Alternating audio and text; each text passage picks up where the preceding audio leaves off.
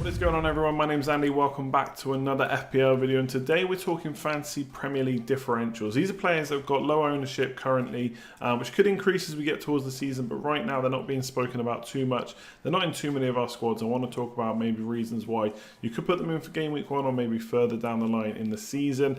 And they're mostly players that we've thought about or had in our teams before, so they're not completely out there picks either. Hopefully it'll give you something to think about. Just a little disclaimer that I am having to record at the moment videos in advance to make sure there's consistent video upload on the channel, so apologies if there's any big injury news or transfer news that affects what I'm saying, but fingers crossed that won't be the case. Otherwise we'll jump into it just after I quickly talk about our sponsor for this video. Really pleased to say this video has been sponsored by fantasyfootballscout.co.uk, one of the best fantasy football sites out there. I've been using it for years. If you want to check it out, click the link in the description below. Their members area offers tons of content. You've got fixture tickers, player comparison tools. You can create custom tables to check out player stats. You got a rate my team function and loads more. So if you want to check it out, and I highly recommend you do, you won't regret it. The link is in the description below. So first up is Coleman. Obviously, one thing to add that I didn't mention, the first disclaimer, is that ownership might have changed by the time you watch this video, but I'm not expecting it to rise too heavily unless there are any major injuries. Now, Coleman's not necessarily not being talked about, but he's not being picked because a lot of us are looking at Lucas Dean instead. And every time you say something to someone about Coleman who owns Lucas Dean, it's kind of a no. Coleman's the only answer. Let's go for him. So having a look at Everton in general, defensively last year they had an expected goals conceded of 46.10. That was only beaten by Leicester, Wolves, Chelsea, City and Liverpool. So defensively they were pretty good. Didn't necessarily start off that way, but by the end of the season they were looking pretty good. And got a lot of clean sheets when most of us weren't expecting them. So that was decent. One thing to consider though is there are rumours that they had Zuma last year, for example. He's back at Chelsea now. There's talk that he wants to go back to Everton, but whether or not that happens, we'll have to wait and see. And if he doesn't go back, then maybe that will hinder their defensive performances. And also Gay as well. There's lots to talk about him going to someone like Paris Saint-Germain. And obviously, he would be a massive miss to Everton. So we'll have to keep an eye on them. Obviously, Lucas Dean is in a lot of teams, but defensively, Everton could be found out if they don't improve, or at least keep Gay and maybe improve with a new centre-back. So we'll have to see what happens there. So last year, he got 4.3 points per match, which was only 0.2 less than Lucas Dean. Now, there's a couple of factors for both players. Coleman had a really big injury, which affected him. Obviously, when he came back, didn't necessarily get straight back into it and performing, especially attacking-wise, as we know he can. And obviously, Lucas Dean was new to the Premier League as well, so there's that to consider. So both of them could see an increased points per match. I think that's pretty decent for their price, especially 5.5 for Coleman. Looking at a few attacking stats, so expected goals-wise, this is I always use expected goals from open play, so they don't take penalties into account. So 1.36 for Coleman and 0.24 for Lucas Dean. So from open play, Coleman does tend to shoot more in the box, although Lucas Dean does get into the box too, so maybe he'll improve that this year. But I think most of his shots are more likely to come from free kicks and stuff like that. And expected assists, obviously, we know that Lucas Dean creates a lot of chances, but expected assists was 1.69 for Coleman and 2.12 for Lucas Dean. So it's actually pretty close. And probably closer than you thought for those stats. That was over the course of the season, I think. So expected goals and expected assists combined, Coleman just about wins out. So I know there's a lot of love for Lucas Dean, and obviously he's on some set pieces as well, and he does look good last year, and obviously you'd hope that he can improve this year. But Coleman, if they don't sign a new right back and he's going to be starting the season, he looks a really good option for 0.5 million less. And I think that's one of those downgrades you could justify. Yes, of course, if it goes wrong, Lucas Dean does as good as everyone expects him to, then it will hurt. But I think Coleman 5.5 million looks like a great differential. Now, I think this is going to be a hard sell, but let's talk about Matip. And obviously, you've got Gomez in the consideration as well, who's around the same. I think he's about 1.7% ownership. Matip only 0.9%. I only played 1,535 minutes last year, but obviously that's because he wasn't first choice the whole season. In fact, most of us have probably got 2 defenders plus Salah or Mane, or a combination of those 5 players. So Trent, Robertson, Van Dijk, Salah, Mane. Most of us have probably got 3 of those 5, and for good reason. Liverpool, one of the best FPL teams to target because most of their players don't get rotated that often, and they do play good minutes when they start. So you can see why you'd want 3 of those players. So let me try and talk you into Matip maybe. we know that they're going to need a fourth defender, right? So it's going to be Robertson, Alexander-Arnold, Van Dijk plus another centre-back. They play four at the back. That's probably what they're going to do again this season. Now, Gomez started the season last year and did really well. And I think longer term, most Liverpool fans would probably consider him and Van Dijk the main centre-back partnership. But he got injured and Matip took his chance really, really well. And towards the end of the season, he was brilliant next to Van Dijk, played really, really well. So some people would say that it's his place to lose. Now, obviously, I can't tell you right now exactly who is going to be the first choice. Hopefully, the Community Shield will give us a way into knowing that. But Liverpool's defence is obviously awesome, but also their fixtures are really good too. And it's only 5.5 million, which is a ridiculous price for a Liverpool defender.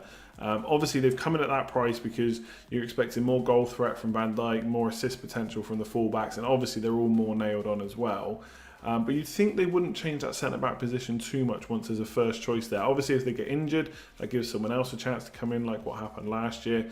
But you'd hope if they stick to someone at the start, they'll continue for a good few game weeks. So if you were looking to shave off a bit of money, $1 million, that is a lot of money. I know there's less goal threat compared to someone like Van Dijk, but $1 million less could let you get Harry Kane up front, could let you do whatever you wanted to do in midfield. So I know it's a hard sell, and I'm not sure I would do it myself. But if you're really looking for $1 million saved, you can still get Liverpool clean sheets. Gomez or Matip, whoever plays in the Community Shield, could be the one to go for. Keep an eye out for what Klopp says this year. So Pogba is one of the most highly owned players on this list, but he still comes in under 10%, currently at 8.2%.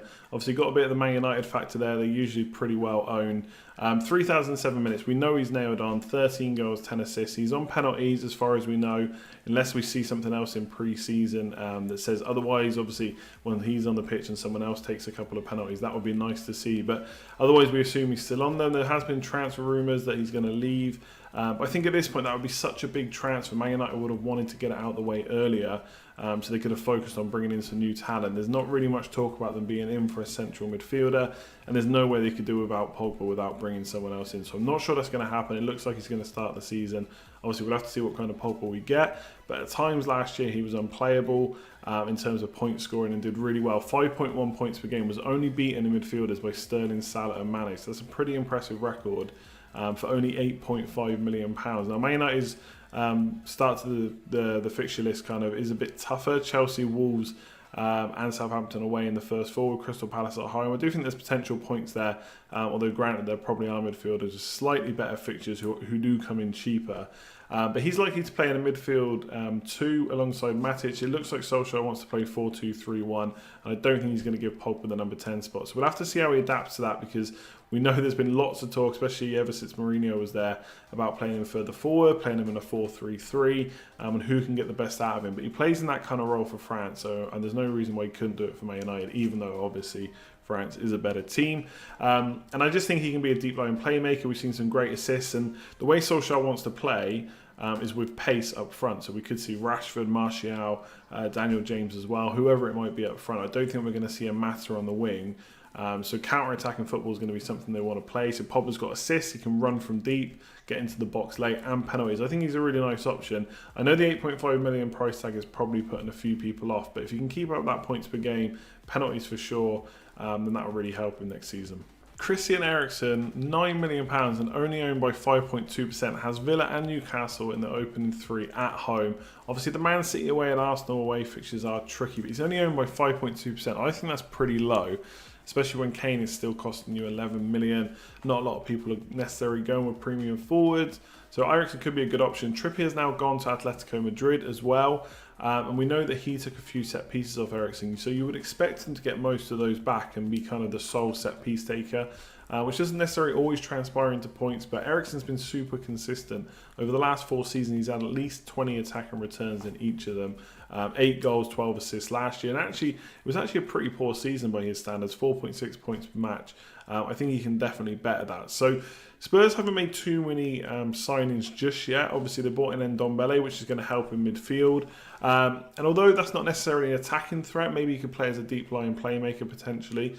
He's going to help, hopefully, Spurs keep the ball more, win the ball back more, and that's going to help the attackers as well. So if Eriksen can go back to dictating play, then anything can happen. So I think we've seen how good he can be in the past. I don't think anyone really doubts his talent. It's obviously a bit like Pogba. The price tag of 9 million is putting a few people off. But if you just looked at the opening three, Villa and Newcastle, I really do like those fixtures. Spurs going to have a full season now at the home stadium. There's going to be no messing about with that. They're kind of settled now. So I like those opening three. And if you did go for him, there's a lot of players you could downgrade to if after those three fixtures you didn't want him anymore. So I'm expecting Spurs to push on. I think they're the third best team in the league now.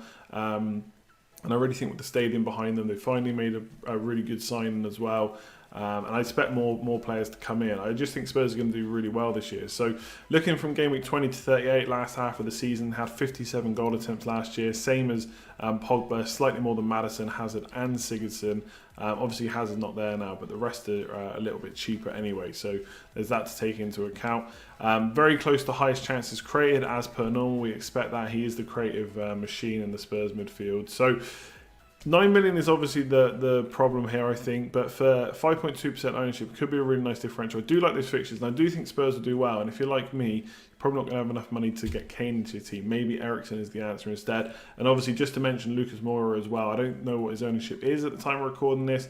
I would expect it's still pretty low. And while I don't expect him to be a regular throughout the season because they've got so many options, Son is suspended in the opening fixture, so Aston Villa at home for Moura could be awesome. So I almost want to buy Lacazette just for that shirt alone. I think it looks really good, models it very well, although that is obviously not the point of this video. 7.8% own. Obviously, talking about problems first, the thing with Lacazette is obviously he doesn't necessarily play week in, week out. With Aubameyang, sometimes they play together, sometimes it's just Aubameyang, sometimes it's just Lacazette. So that kind of rotation is a bit frustrating, but they do have two really good fixtures in Newcastle away and Burnley at home. And as I've heard other podcasts talk about, Planet FPL in particular, there is a chance of just going, and let's not forget, the Newcastle away should be a really decent fixture. I don't know how Steve Bruce is going to get them playing. I don't know if they're going to bring in many players. A lot of people tipping Newcastle for relegation. I do think they're going to struggle this year. So Newcastle away could be a really nice away fixture to open with, and then they've got Burnley at home. So it doesn't get much better than that for Arsenal. And then if you did have him, he is quite expensive at 9.5 million, but you could downgrade to the likes of Wilson, Vardy, whoever it might be. Probably not Wilson because of the fixture in game week 3, but just thinking longer term, once you know who those cheaper strikers are that are doing well, you could downgrade and have money in the bank to go for whoever. 4.7 points per match. It was less than Jimenez, Vardy and Wilson, who are all cheaper than him. So again, this is probably a hard sell, but we are talking differentials. And I do like those opening fixtures. Obviously, Liverpool away and Spurs at home is tricky, but you could change after that. Last year, 13 goals, 12 assists, 25 attacking returns. Aubameyang had 29, but obviously he's 11 million, so you would expect him to get more points. And Aubameyang did have slightly more minutes as well. But I think Lacazette's going to be another, staple of the Arsenal team. I don't think there's going to be too many players that are going to dislodge him. Even if Zaha comes in, we'll have to wait and see at that. You'd imagine that would help Arsenal's attack. But potentially, if Aubameyang's playing on the left in some games and Lacazette's playing through the middle, is it just going to be Zaha on the right? Are they going to bring other players in that's going to mean more rest? It's hard to say right now. But Emery's had a full season there now. I'm sure he knows who he likes and what system he likes and stuff like that. So if Lacazette starts the opening too, I think we could see some really big scores from him. So last up for forwards, we've got Teemu Pukki, and there's a lot of hype around him, and for probably good reason when it comes to how good Norwich did last year. We've already spoken about how many goals he scored. I think it was over 90, absolutely stormed the league. He got 29 goals himself with 10 assists, which is pretty impressive. Obviously, Liverpool away to open the season is tough, but he's only owned by 5.5%. And after that, it's Newcastle at home, where I've just spoken about how good that is. Chelsea at home and West Ham away. So not the ideal start, but I think after Liverpool away, it gets a lot better. And if Norwich can go into the Premier League scoring a similar amount of goals as they did in the Championship, obviously they're not going to score the same amount. It is going to be much tougher this year. But they are a team that likes to attack, so they could start off well. The main problem is he comes in at 6.5 million, which is very similar to other proven Premier League talent. So again, probably quite a hard sell.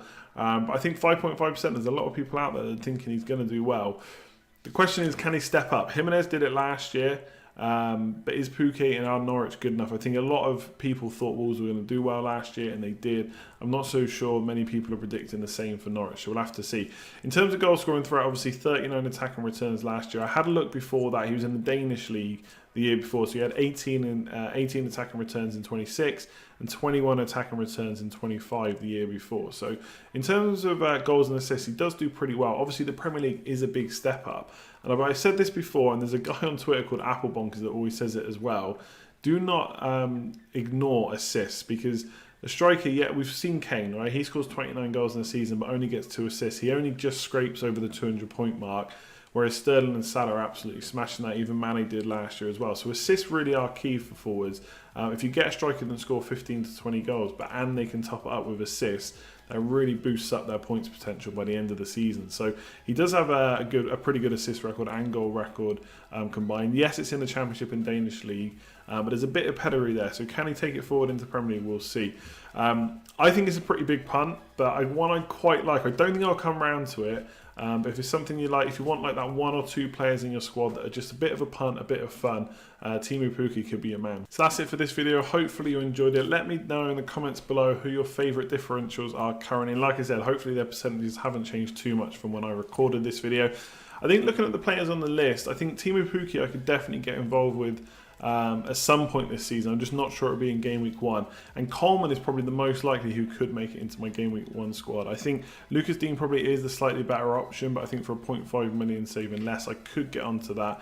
And maybe Eriksen as well, although the 9 million price tag might put me off. But let me know in the comments below what you think of this video and who your favourite differentials are. Give it a like if you enjoyed it. Appreciate it as always. And subscribe if you're new around here. Otherwise, I'll catch you next time. Cheers all.